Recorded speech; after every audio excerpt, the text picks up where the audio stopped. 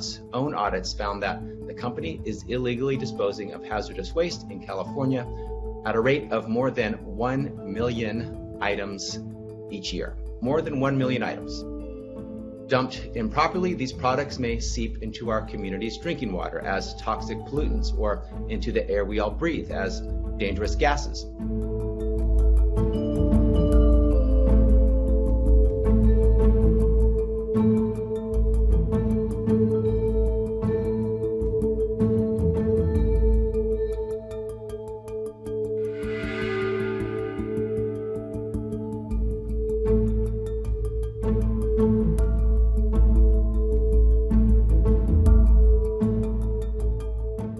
Walmart's slogan might be save money, live better, but based on the company's behavior, one might reasonably wonder whether Walmart has rebranded to save money, pollute the environment.